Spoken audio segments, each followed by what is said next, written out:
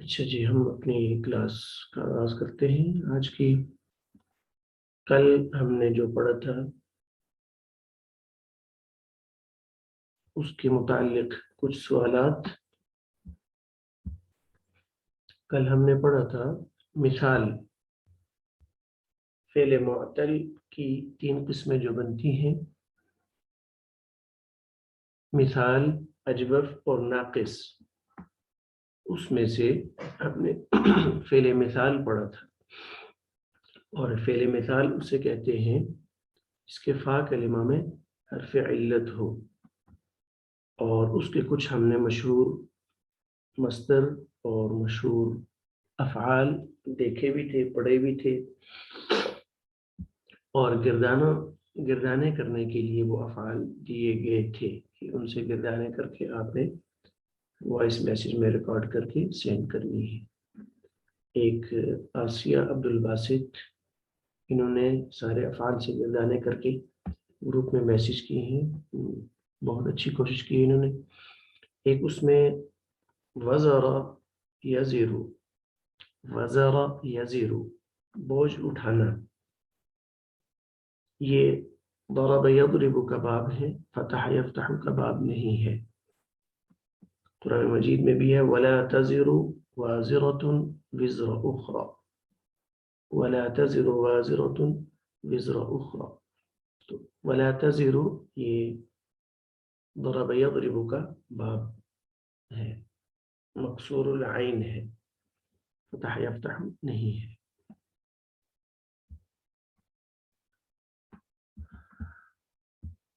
اس کے علاوہ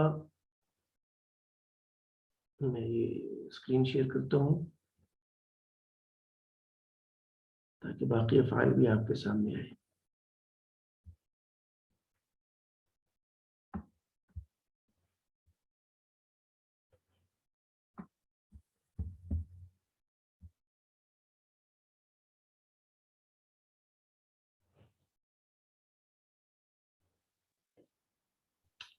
السلام علیکم۔ وعلیکم السلام ورحمۃ اللہ وبرکاتہ۔ یہ جو آپ نے ابھی باب بتایا ہے، یہ میرے پاس تو یہ فتح یفتح سی ہے، یہ دال کے ساتھ ہے، وتذرون الآخرہ آیت اچھا بھی اچھا لکھی اچھا ہوئی ہے اچھا ٹھیک ہے، القیامت۔ میں سمجھ ہاں گیا، جی، یہ دوسرا ہے، میں یہ سمجھ گیا۔ دوسرا ہے، وہ جو آپ بتا، یہ زبر سے ہی آ رہا ہے، یہ ٹھیک ہے زبر سے آ رہا ہے۔ ٹھیک ہے، آپ کی بات بھی ٹھیک ہے، میری بات بھی ٹھیک ہے، وہ اس طرح، جی جی، آپ نے جو والا دی وہ بھی ٹھیک ہے، ہاں وہ واقعی یہی ہے۔ ہاں لیکن ایک فرق ہے آپ کی بات اور میری بات میں، وہ آپ سمجھیے ہیں؟ نہیں، آپ سمجھا دیں۔ وہ ایسا ہے کہ جو آپ نے کون سی مثال پیش کی ہے؟ وتذرون الآخرہ، وَتَذَرُونَ الْآخِرَةَ، جی ٹھیک ہے۔ جو فعل آپ بتا رہی ہیں وہ ہے واو، ذال اور را، اور را، جی جی، جی، اور جو میں بتا رہا ہوں وہ ہے واو، زا اور را، سال زا کے ساتھ، زا کے ساتھ، جو را کے بعد زا ہے۔ اچھا، جی جی جی جی، وزر ٹھیک ٹھیک، یزر وزرن، بوجھ اٹھانا، جی جی، ہاں جی ہاں جی، یہ بھی ہے، یہ بھی اسی میں ہی آتا ہے، جی۔ لا تزر وازرۃ وزر اخرى۔ اور جو آپ بتا رہی ہیں سورۃ، وزر، وزر یزر، اس کا ترجمہ ہے چھوڑنا غالباً، جی جی جی، اس کا ترجمہ ہے چھوڑنا، کسی کام کو ترک کر دینا، چھوڑ دینا، تو وہ پھر بن جاتا ہے باب فتح سے، جی، ٹھیک ہے۔ اچھا، تو مزید دیکھ لیتے ہیں۔ ٹھیک ہے جی، بات کلیئر ہو گئی ہے۔ دو الگ الگ فعل ہیں، ایک واو زا اور را، اور ایک ہے واو ذال اور را، ہیں دونوں مثال واوی۔ مثال واوی کے کچھ مزید افعال ہمارے سامنے لکھے ہوئے ہیں جو کثرت سے استعمال ہوئے ہیں قرآن مجید کے اندر۔ ان میں پہلا ہے وسع، وسع یوسع، وسع یسع، یعنی تعلیل کے بعد یسع پڑھتے ہیں، جس کا ترجمہ ہے کھلا ہونا، کشادہ ہونا، وسیع ہونا۔ وسع ربی کل شیء علما، اس میں وسع ماضی کا صیغہ استعمال ہوا ہے۔ اس کے مضارع کے صیغے بھی استعمال ہوئے ہیں، 36 مرتبہ قرآن مجید میں استعمال ہوئے ہیں، تو مضارع کے صیغے بھی استعمال ہوئے ہیں اس کے۔ دوسرا فعل ہے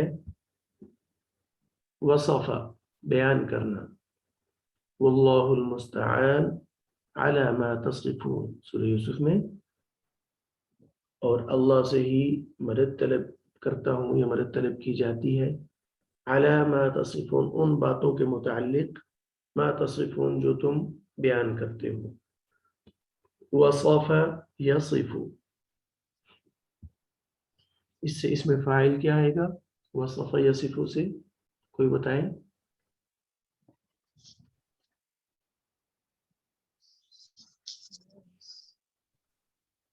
واصف، واصف، ٹھیک ہے، اور اس میں مفعول مصفوف، نہیں، مصفوف نہیں ہوگا، موصوف، موصوف آنا چاہیے۔ جی ہاں، موصوف، موصوف۔ اردو میں بھی، اردو ادب میں لفظ استعمال ہوتا ہے جب کسی کے بارے میں بات ہو رہی ہو تو کہتے ہیں کہ موصوف کے متعلق، مطلب جس کے بارے میں بات بیان کی جا رہی ہے، موصوف سے عرض کیا تھا، مطلب جس کے بارے میں بات چل رہی ہے اس کے بارے میں کہتے ہیں موصوف۔ اور اسی سے ایک لفظ استعمال ہوتا ہے صفت، صفت عام طور پر اس کو صفت پڑھا جاتا ہے، صفت لفظ نہیں ہوتا، صفت ہوتا ہے۔ ترکیب جب کرتے ہیں، ترکیب آگے جا کر نحو کے قواعد جب آتے ہیں اس وقت جملے کی ترکیب کی جاتی ہے، یعنی جملے کے ایک ایک جز کے بارے میں الگ الگ تحقیق کر کے پھر مختلف اجزاء کو آپس میں جوڑا جاتا ہے، ہر جملے کے ہر جز کا دوسرے جز کے ساتھ تعلق بتایا جاتا ہے، تو اس میں پھر آتا ہے کہ جملے کا یہ والا حصہ موصوف ہے اور یہ اگلا حصہ اس کی صفت ہے، تو موصوف صفت ہوتا ہے، موصوف صفت نہیں ہوتا۔ اچھا، آگے فعل وزر، وہی جس کی بھی بات کر رہے تھے، ولا تزر وازرۃ وزر اخرى، نہیں اٹھائے گا وازرۃ کوئی اٹھانے والا، وزر اخرى کسی دوسرے کا بوجھ اٹھانا، ولا تزر وازرۃ ای نفس وازرۃ، یعنی کوئی بوجھ اٹھانے والا نفس کسی دوسرے کا بوجھ نہیں اٹھائے گا کل قیامت کے دن، ہر ایک اپنے کیے کو بھگتے گا۔ وزن یزن، وَإِذَا كَالُوهُمْ أَوْ وزنوهم، اور جب وہ کالو کیل کرتے ہیں، ہم لوگوں کو کیل کر کے دیتے ہیں، یعنی ناپ کر دیتے ہیں، او یا پھر وزن کرتے ہیں ہم لوگوں کے لیے، وَإِذَا كَالُوهُمْ أَوْ وَزَنُوهُمْ يُخْسِرُونَ، تو اس میں کمی کر دیتے، سورہ مطففین کی آیت ہے۔ تو اس میں وزن یزن کا فعل ماضی کا صیغہ استعمال ہوا ہے، وزن، وزنا، وزنو۔ ایک اور جگہ قرآن مجید میں وزنوا بالقسطاس المستقیم، اس میں بتائیں کون سا فعل استعمال ہوا ہے، وزنوا بالقسطاس المستقیم، کون سا صیغہ ہے، یہ بتا سکتی ہیں؟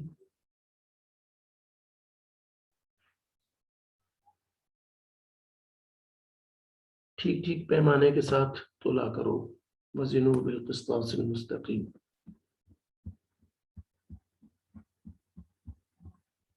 جی، میری آواز ٹھیک سے آ رہی ہے؟ آپ ریپیٹ کریں سوال اپنا۔ وزنوا بالقسطاس المستقیم، یہ ایک آیت ہے، یہاں پر تو یہ آیت پیش کی نا، وَإِذَا كَالُوهُمْ أَوْ وَزَنُوهُمْ يُخْسِرُونَ، ایک دوسری آیت ہے وزنوا بالقسطاس المستقیم، اس میں یہ وزن فعل استعمال ہوا ہے، صیغہ کون سا استعمال ہوا ہے وہ پوچھ رہا ہوں میں، آپ لوگ صیغہ بتائیں، وزنوا بالقسطاس المستقیم میں امر کا صیغہ، امر کا صیغہ بولیں پہلے، کون سا ہے؟ وزنو، وزنوا پورا صیغہ ہے، کہ جمع مذکر حاصل میں آ جائے گا اگر نون پیشوا واؤ کے ساتھ ہے، وزنو کہہ رہے ہیں نا آپ، جی جمع جی جی بالکل، جس میں نون رابی گرے گا، اچھا نہیں، پورا لفظ شروع کہاں سے ہوتا ہے اور کہاں تک ہے صیغہ؟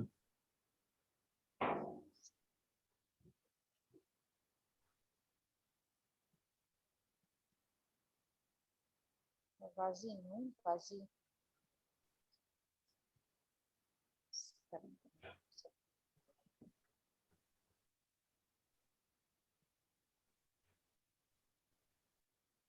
اچھا بتائیں صیغہ جی کون سا صیغہ بتا رہے ہیں آپ؟ عمر کا تیسرا صیغہ نہیں بنے گا؟ مذکر حاضر جی جی، امر کا تیسرا صیغہ ٹھیک جمع ہے، مذکر حاضر جمع مذکر حاضر، وہ کیا بنتا ہے؟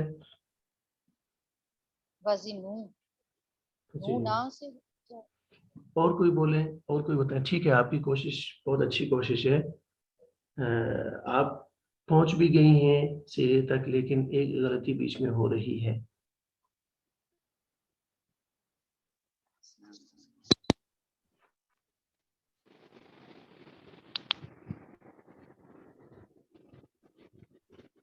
وہ غلطی یہ ہو رہی ہے کہ صیغہ واو کے ساتھ جو آ رہا ہے وہ واو صیغے کا حصہ نہیں ہے۔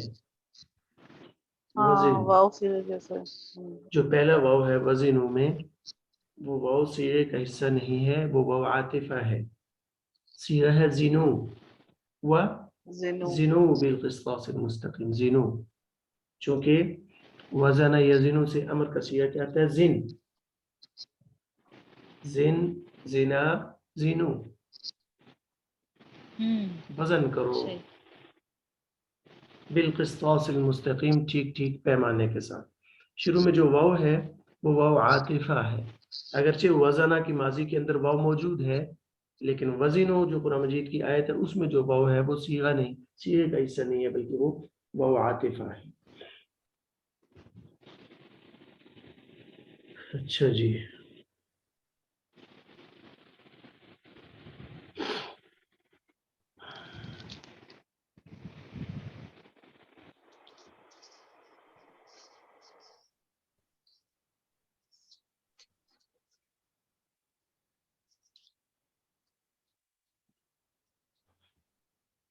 اسی طرح میزان کا لفظ قرآن مجید میں استعمال ہو رہا ہے، وَأَوْفُوا الْكَيْلَ وَالْمِيزَانَ بِالْقِسْطِ، یا دو تین جگہوں پر آیت ہے وَأَقِيمُوا الْوَزْنَ بِالْقِسْطِ وَلَا تُخْسِرُوا الْمِيزَانَ، سورہ رحمان کی آیت ہے وَأَقِيمُوا الْوَزْنَ بِالْقِسْطِ وَلَا تُخْسِرُوا الْمِيزَانَ،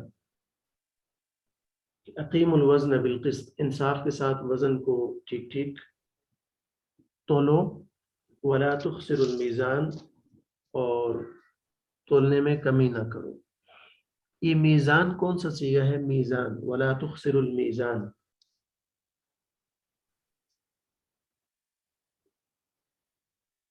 تولنے کا آلہ، یہ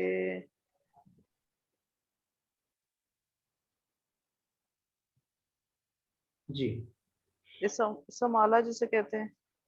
اس میں آلہ ہے، جی ٹھیک ہے، اس جی میں آلہ، اس میں آلہ مجرد کے ابواب سے کس وزن پر آتا ہے؟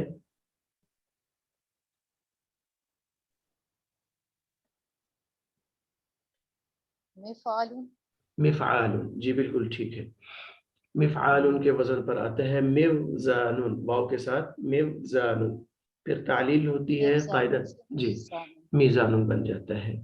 قاعدہ ہے کہ جب واو ساکن ہو اور اس سے پہلے کسرہ آ جائے تو واو ساکن کو کسرہ کی رعایت رکھتے ہوئے، چونکہ کسرے کی مناسبت واو کے ساتھ نہیں ہے، کسرہ کی مناسبت یا کے ساتھ ہے، تو پھر واو کو یا سے بدل دیتے ہیں۔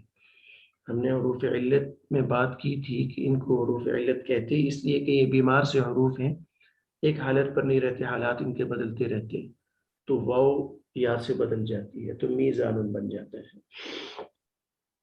بہت ساری جگہ والسماء رفعها ووضع الميزان، یہاں پر بھی میزان کا لفظ استعمال ہوا ہے۔ اور اچھا قرآن مجید میں بہت ساری جگہوں پر یہ جو ناپ تول میں کمی ہے اس کو بہت ساری جگہوں پر یعنی اس حکم کو واضح کیا اللہ جل شانہ نے، اور صحیح ناپ تول کو اللہ جل شانہ نے بہت ساری جگہوں پر دونوں انداز میں بیان کیا، ایجابی انداز میں بھی، سلبی انداز میں بھی، یعنی بہت ساری جگہوں پر اللہ پاک نے حکم دیا، جیسے پہلی آیت پڑھی کہ وَأَقِيمُوا الْوَزْنَ بِالْقِسْطِ وَلَا تُخْسِرُوا الْمِيزَانَ، یہاں پر حکم بھی دیا جا رہا ہے کہ صحیح صحیح تولو، اور غلط تولنے سے منع بھی کیا جا رہا ہے۔ سورہ مطففین کے اندر گناہ بنا کر پیش کیا گیا ناپ تول کے اندر کمی کرنے کو۔ اس میں پھر مفسرین نے لکھا ہے کہ ناپ تول میں کمی یعنی گناہ کبیرہ میں سے ہے، اور اس میں صرف ناپ تول کے اندر کمی، ان چیزوں کو جو بیچ رہا ہے بندہ، ایک ہے وہ ناپ تول کے اندر کمی، اور ایک ہے جو سورہ مطففین ہے ویل للمطففین، حق میں کمی کرنے والوں کے لیے ہلاکت ہے۔ اور حق میں کمی کرنے والے وہ ہیں جو ناپ کر دیتے ہیں یا تول کر دیتے ہیں تو اس میں کمی کر دیتے ہیں، لیکن پھر مفسرین نے لکھا ہے کہ اس میں صرف وہ لوگ شامل نہیں ہیں جو غلے کے اندر، چاول میں، چینی میں ناپ تول میں کمی کر دیتے ہیں، بلکہ کسی بھی اعتبار سے جو آدمی کی ذمہ داری ہے، اس ذمہ داری کو جو بندہ ٹھیک طریقے سے پورا نہیں کر رہا، اپنی ڈیوٹی اور اپنی ذمہ داری، اپنے فرائض کے پورا کرنے میں کمی کر رہا ہے، وہ سب اس کے اندر شامل ہے، اس وعید کے اندر، ویل للمطففین والی وعید کے اندر۔ ایک بندہ مثال کے طور پر ٹیچر ہے کسی ادارے کے اندر، اور جو اس کی تدریس کے اوقات ہیں وہ ان اوقات کو پورا اپنے کام کے اندر صحیح استعمال نہیں کر رہا، تو یہ بھی ناپ تول میں کمی کر رہا ہے۔ ایک بندہ دفتر کے اندر بیٹھا ہے، ملازم ہے، ملازمت کر رہا ہے، دفتر کے جو اوقات ہیں ان کو دفتر کے متعلقہ کاموں میں وہ صرف نہیں کر رہا، تو یہ بھی ناپ تول کے اندر کمی کر رہا ہے۔ علی ھذا القیاس دیگر جتنے شعبہ زندگی ہیں اس کے اندر جس آدمی کی جو ذمہ داری لگائی گئی ہے، اگر وہ ذمہ داری کو پورا نہیں کر رہا تو ویل للمطففین میں شامل ہے، ناپ تول میں کمی کر رہا ہے وہ۔ اچھا جی، یہ تفصیل کی بات بیچ میں آ گئی تھی۔ اچھا جی، آگے چلتے ہیں۔ وضع یضع، وضع یضع یہ بھی مثال واوی ہے، اور باب بنتا ہے یہ فتح یفتح کا، قرآن مجید میں 25 مرتبہ استعمال ہوا ہے، اور ایک مثال ہمارے سامنے لکھی ہوئی ہے، وَوَضَعْنَا عَنْكَ وِزْرَكَ، اور ہم نے اتار دیا آپ پر سے وزرک، آپ کا بوجھ۔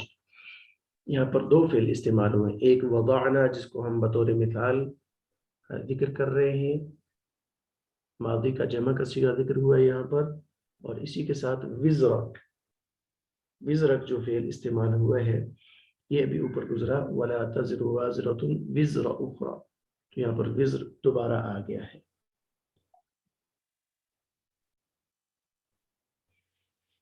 اچھا، ایک اور آیت ہے، ان اول بیت وضع للناس للذی ببکۃ مبارکا، اس میں کون سا لفظ استعمال ہوا ہے؟ ان اول بیت وضع للناس للذی ببکۃ مبارکا۔ مجهول کا صیغہ ہے جی، ماضی مجہول کا صیغہ استعمال ہوا ہے، وضع، ٹھیک ہے، وضعنا معروف کا صیغہ ہے، اور ان اول بیت وضع کے اندر وضع مجہول کا صیغہ ہے۔ فلما وضعتها قالت رب انی وضعتها انثى، فلما وضعتها قالت رب انی وضعتها انثى، یہ حضرت مریم علیہ السلام کا واقعہ چل رہا ہے۔ ان کی والدہ نے منت مانی تھی کہ جب میرے ہاں اولاد ہوگی تو میں اس کو مسجد کی خدمت کے لیے وقف کروں گی، لیکن فلما وضعتها، جب اس نے اس کو اتارا یعنی اس کو اس کی ولادت ہوئی. فلما وضعتها جب مریم کی والدہ نے اس کو جنا اس کو پیدا کیا اس کو اتارا. قالت تو کہا رب انی وضعتها انثى یہ تو میں نے لڑکی پیدا کر دی لڑکی پیدا ہو گئی. تو اس میں دو صیغے استعمال ہو رہے ہیں وضعت اور وضعت یہ بھی اسی وضع یضع سے ہیں. اچھا قرآن مجید میں ایک اور جگہ پر ہے وَيَضَعُ عَنْهُمْ إِصْرَهُمْ وَالْأَغْلَالَ الَّتِي كَانَتْ عَلَيْهِمْ وَيَضَعُ عَنْهُمْ إِصْرَهُمْ وَالْأَغْلَالَ الَّتِي كَانَتْ عَلَيْهِمْ.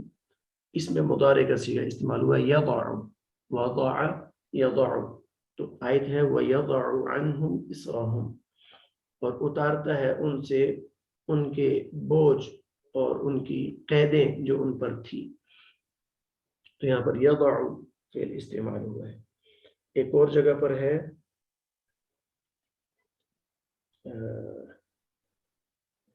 جس میں آیت استئذان ہے جس کے اندر حکم بیان کیا گیا ہے کہ کن اوقات میں دوسرے کے پاس جانے کے لیے اجازت لینا ضروری ہے.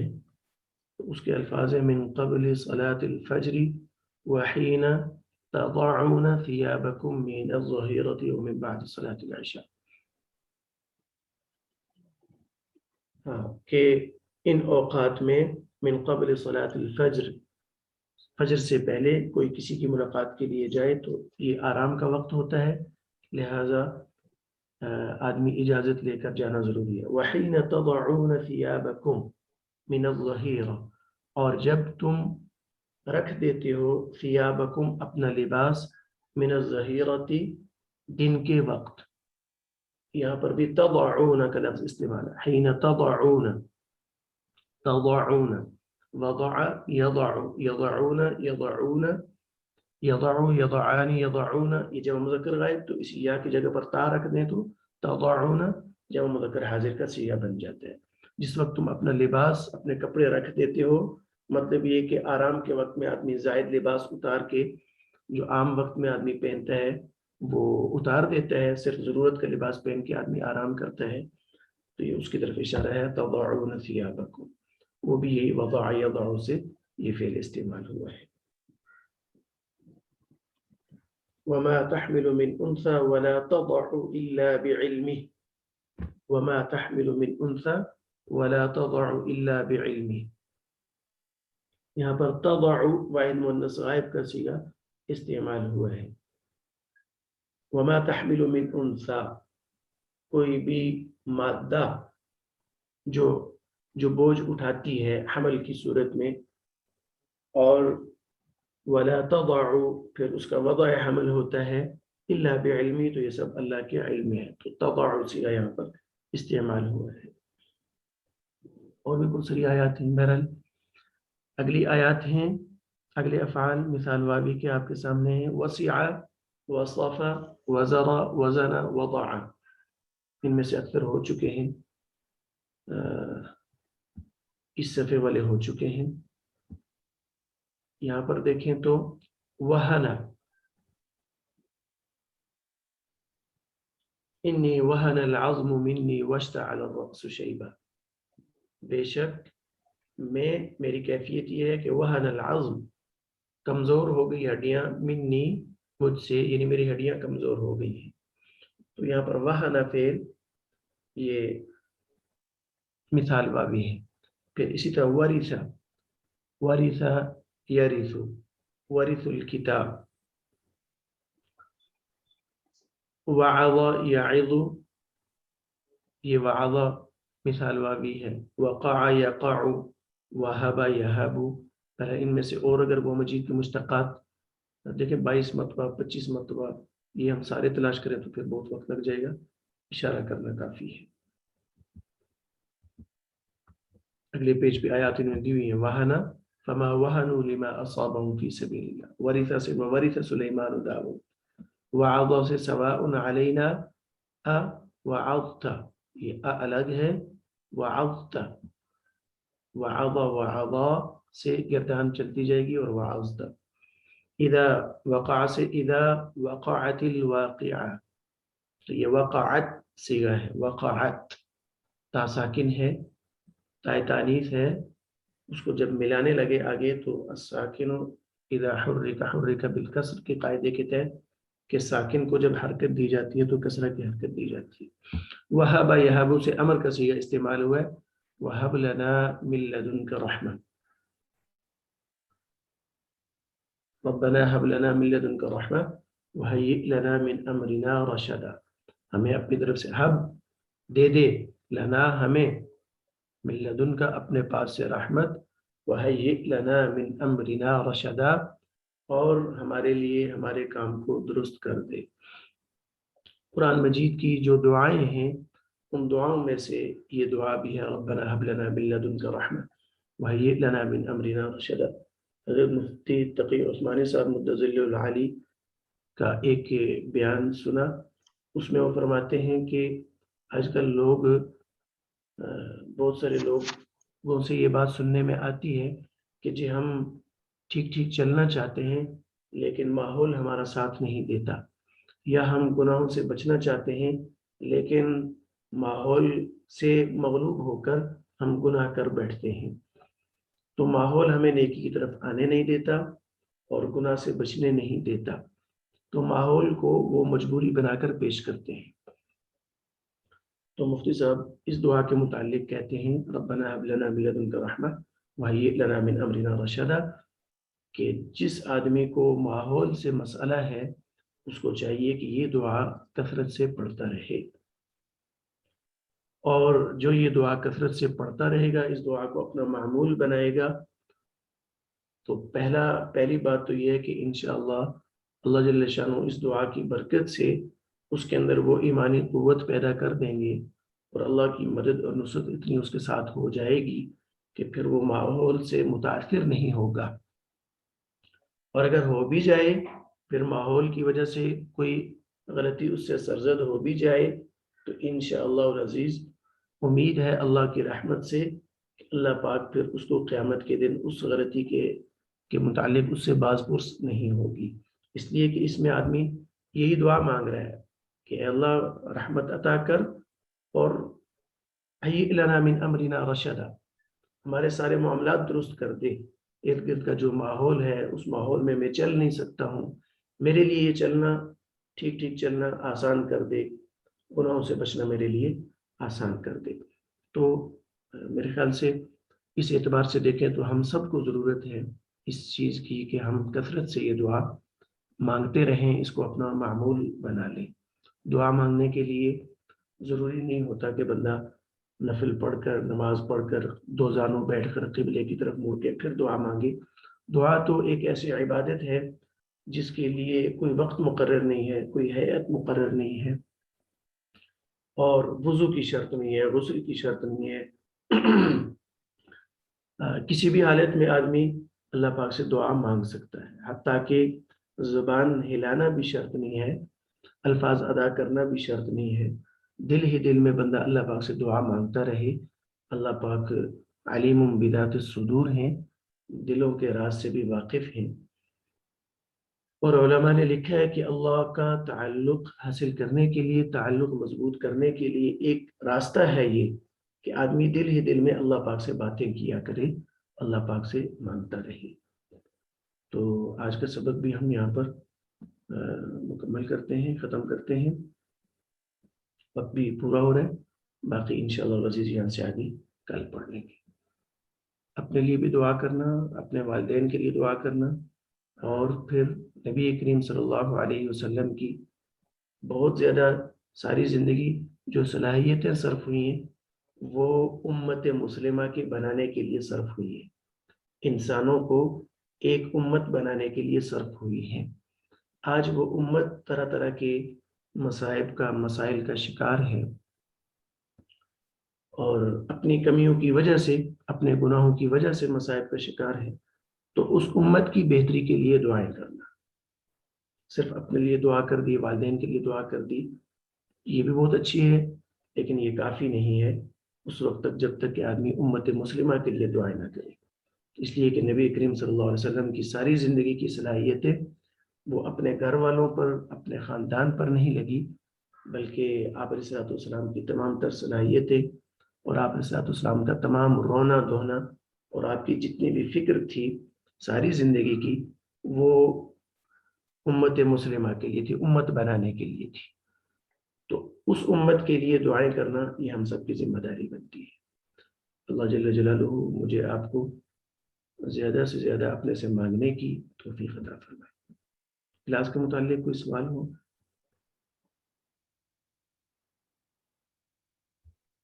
چلیں جی انشاءاللہ عزیز یہاں سے آگے کا. السلام علیکم ورحمۃ اللہ وبرکاتہ. وعلیکم السلام.